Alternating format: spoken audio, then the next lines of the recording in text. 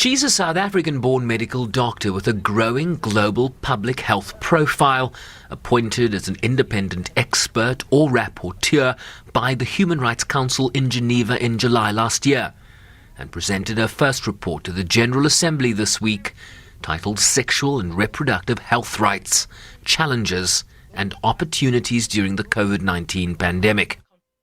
It was important to talk about COVID-19, which is a context that we are all having to navigate, but bring in the lens of sexual and reproductive health rights, because I know politically it's a very important issue, but we don't want it to slip off the agenda.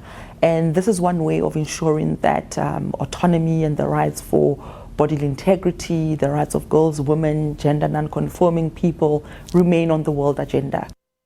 She flags patriarchy and colonialism across regions as detrimental to the enjoyment of women and girls' sexual and reproductive rights, a legacy perpetuated today through laws, policies and practices that deny, restrict or even criminalize certain acts, particularly around gender diversity and consensual same-sex acts. Creating hierarchies in society that impale the dignity of several demographics.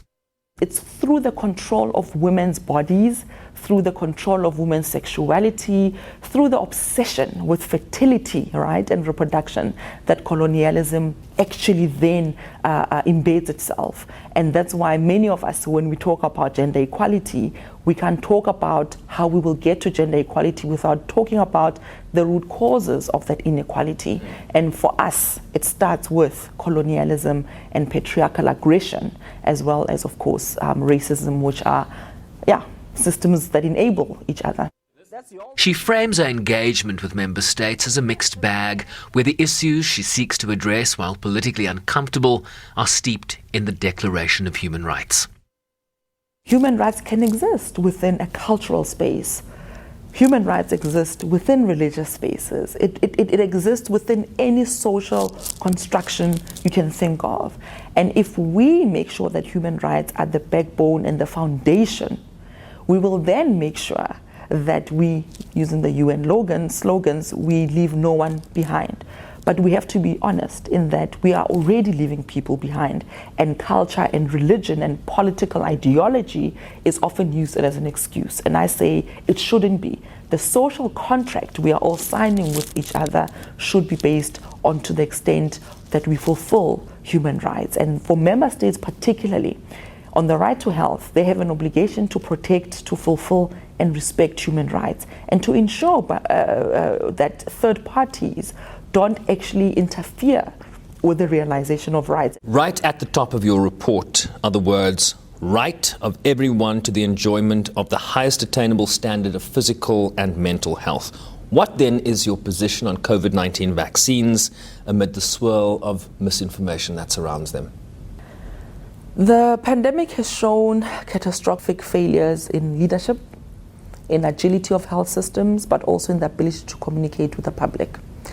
And transparency for me is one of the biggest things. When there's no transparency across the board, from how governments are making decisions on lockdowns, from how governments are deciding on expenditure and resource mobilization in response to the pandemic, when there's secrecy around what pharmaceuticals are doing and the type of contracts they're entering into with governments, when there's secrecy in terms of national plans, the public then has no trust.